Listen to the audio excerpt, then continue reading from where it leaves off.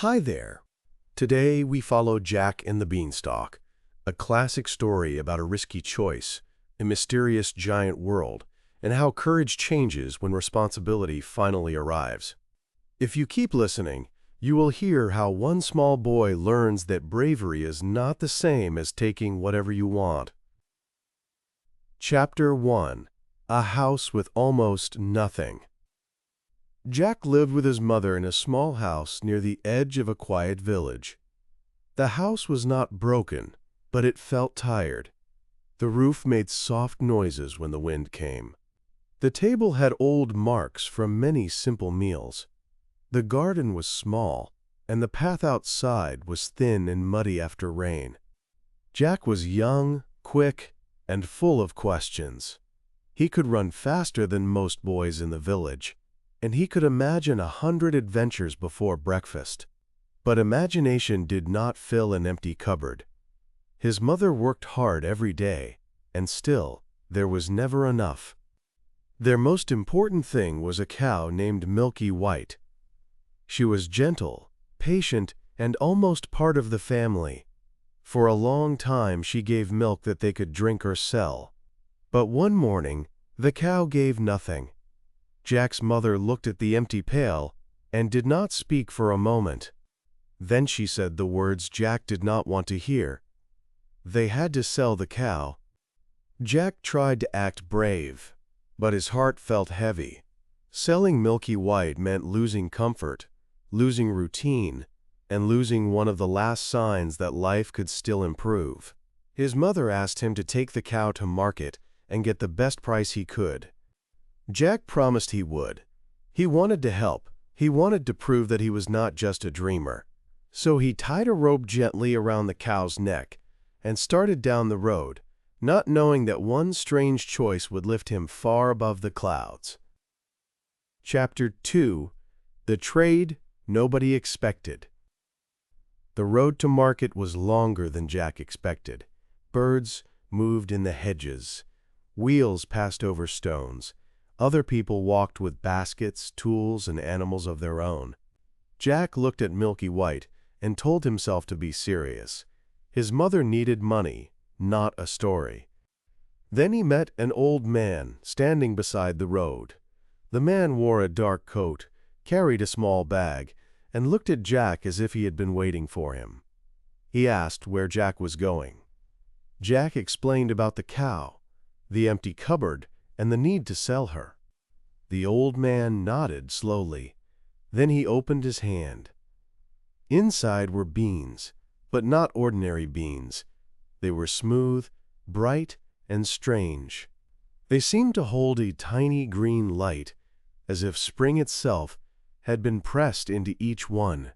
The man said the beans were magic. Jack knew he should laugh and continue walking.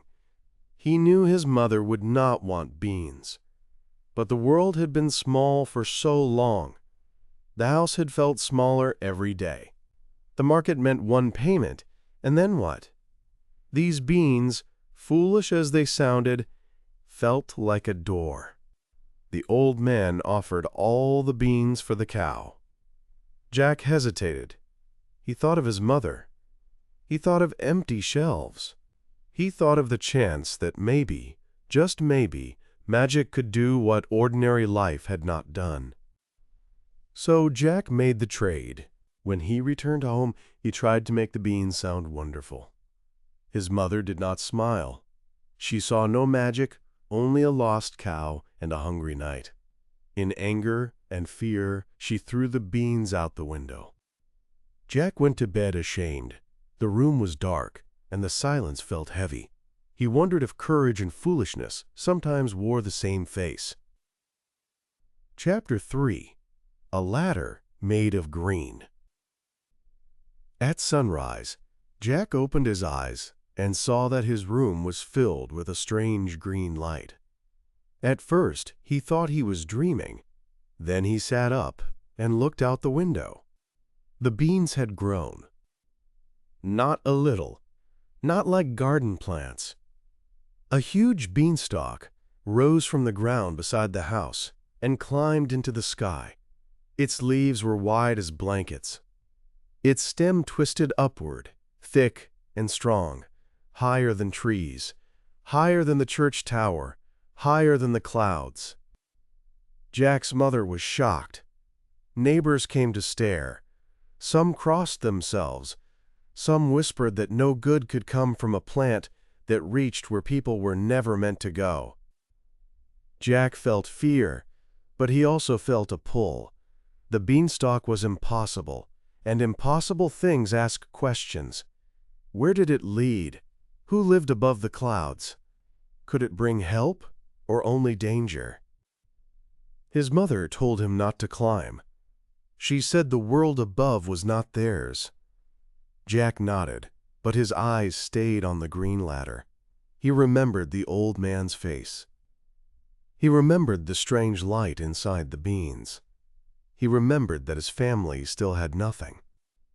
Before long, curiosity became stronger than fear. Jack placed his hands on the thick stem and began to climb. The ground fell away slowly. The house became small. The village became a pattern of roofs and fields. Clouds moved around him like cold white curtains. His arms grew tired and his legs shook, but he kept climbing. At last, he pulled himself through the cloud top and found another land. It was quiet, wide, and golden with strange light. In the distance stood a castle so large that its doors looked like mountains. Jack had reached a place built for someone much bigger than any human boy. Chapter 4. Inside the Giant's House. The castle door was open just enough for Jack to slip inside. Everything in the hall was enormous. A chair was higher than a tree. A spoon was longer than Jack's arm. Footsteps seemed to sleep inside the floor, waiting to wake. Jack moved carefully. He told himself that he would only look. But then he smelled food. In a kitchen larger than his entire house, he saw bread, cheese, fruit, and more dishes than he had ever seen in one place. His stomach tightened. Hunger is not always loud, but it can make choices feel urgent. A giant woman appeared. She was large, but her face was not cruel. She saw Jack and understood at once that he was frightened and hungry. Instead of shouting, she gave him food and warned him that her husband was dangerous. If the giant found him, Jack would not be safe. Then the ground shook. The giant came home. Jack hid quickly. From his hiding place, he watched a huge man enter the room. His voice rolled through the castle like thunder. The giant sat, ate, and called for his treasures. First came a bag of gold coins. The coins flashed in the light, more money than Jack had imagined in his whole life. Jack thought of his mother. He thought of the empty cupboard. He thought of Milky White gone because they had no choice. When the giant slept, Jack crept out. His hands shook as he took the bag of gold. He knew it was stealing. He also knew the gold could save them for a time. He ran to the beanstalk, climbed down through the clouds, and returned home with a treasure his mother could hardly believe. For a while, life became easier. There was food again. There was firewood. There was relief. But relief can be dangerous when it teaches you that one risky answer solved everything. Chapter 5. The Sound of More. Days passed, and Jack's mother tried to live carefully. She was thankful, but not fully at peace. The gold helped, but it had come from a place of danger. She told Jack never to climb again. Jack wanted to obey. He really did. But the beanstalk still stood outside the window. Every morning, it rose into the clouds like a question that refused to disappear. The first climb had brought fear, but it had also brought food, warmth, and hope. Jack began to wonder what else was above. One day, while his mother was busy, Jack climbed again. The second journey felt easier because he knew the way. That made it more dangerous. Fear protects people. Confidence sometimes removes the guard at the door. At the castle, the giant woman saw him and warned him again. Jack promised he would be careful. Then the giant returned, and Jack hid. This time, the giant called for a hen. It was not an ordinary hen. When the giant commanded it, the bird laid an egg of gold. Jack stared in amazement. A bag of coins could disappear, but a hen like that could change a family forever. When the giant slept, Jack took the hen.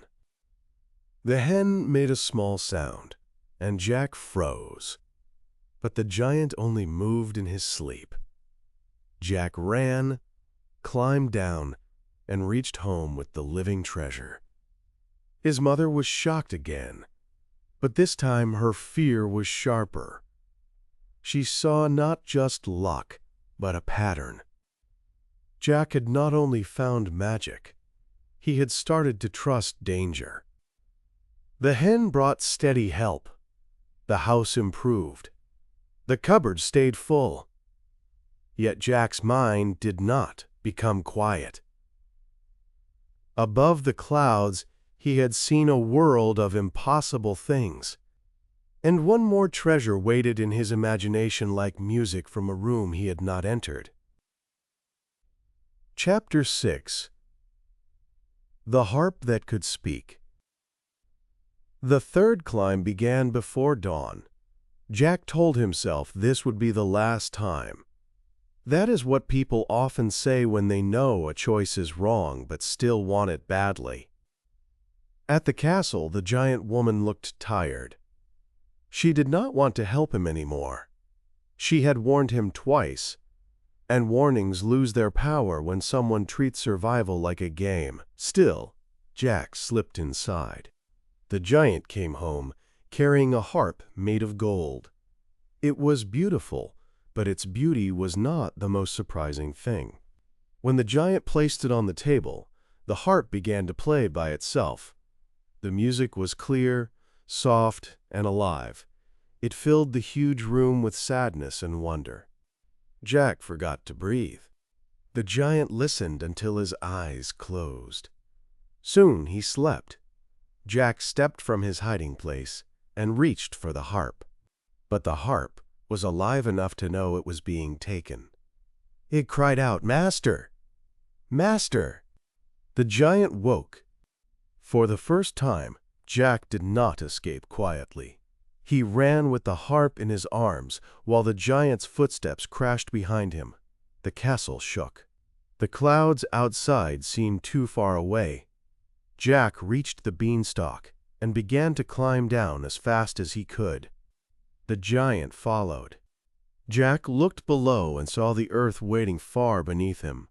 He looked above and saw the giant coming down, heavy hands tearing at the green stem. There was no time for cleverness now. The adventure had become a consequence. He shouted for his mother to bring an axe. She understood at once. Jack reached the ground, grabbed the axe, and struck the beanstalk again and again. The stem cracked. Leaves trembled. The giant roared from above. Then the beanstalk fell, and the path between the two worlds was gone. Chapter 7. What Jack Finally Learned. After the crash, there was silence. Not a peaceful silence at first, but the kind that comes after a storm has broken something. Jack and his mother stood near the fallen beanstalk, breathing hard, looking at the green ruin across the ground. The danger was over. But Jack did not feel only proud. He felt relief, fear, and a new kind of understanding. He had climbed because his family was desperate. He had taken treasure because he wanted to help. But each return had pulled him closer to a line he did not fully see until the giant was climbing down after him. His mother held him tightly. She was angry, grateful, frightened, and glad he was alive. In that hug, Jack understood something simple and difficult. A good reason does not make every choice wise. The gold helped them. The hen helped them. The harp filled the small house with music that reminded them of the sky. But Jack was no longer the same boy who had traded a cow for beans. He had learned that adventure is not only about climbing higher, it is also about knowing when to stop. Over time, people told the story in many ways. Some remembered Jack as brave. Some remembered him as lucky. Some remembered him as foolish. Maybe he was all three. That is why the story lasts. It does not give us a perfect hero. It gives us a young person learning under pressure. And maybe that is why the beanstalk matters. It grows from a mistake, but it becomes a test. It shows how quickly hope can turn into risk, and how courage must grow into responsibility. Chapter 8. The Door Above the Clouds. Every classic story keeps a small door open. Jack and the Beanstalk is exciting because it has magic, a giant, treasure, and a climb into the sky. But beneath the adventure, it asks a very human question. What do you do when life gives you almost nothing, and one impossible chance appears? Jack does not begin as a villain or a perfect hero. He begins as a boy under pressure. He wants to help his mother. He wants to believe that their life can change. That desire makes him bold, but it also makes him careless. For students listening to this story in English, that simple movement is powerful. The words are clear, the actions are strong, and the emotions are easy to follow. Hunger, fear, curiosity, danger, relief, and regret. The story helps you hear the past tense, through action, not through a lesson. Jack climbed, he hid, he ran, he learned. But the deeper lesson is not only about language, it is about growing up. At first, Jack thinks courage means saying yes to the impossible. By the end, he learns that courage also means protecting the people you love from the danger you helped create. That is a lesson many people need, even without magic beans. Sometimes we climb because we are desperate. Sometimes we take a risk because we want a better life. But every climb asks us to look down and remember who may be waiting below. So when you remember Jack, do not remember only the giant. Remember the boy with empty pockets, the mother with tired eyes, the strange green ladder, and the moment when adventure became responsibility. This was another story from the English Vault, told to help you enjoy English through clear, memorable stories. Keep listening, keep imagining, and keep choosing courage with wisdom. I will see you in the next one.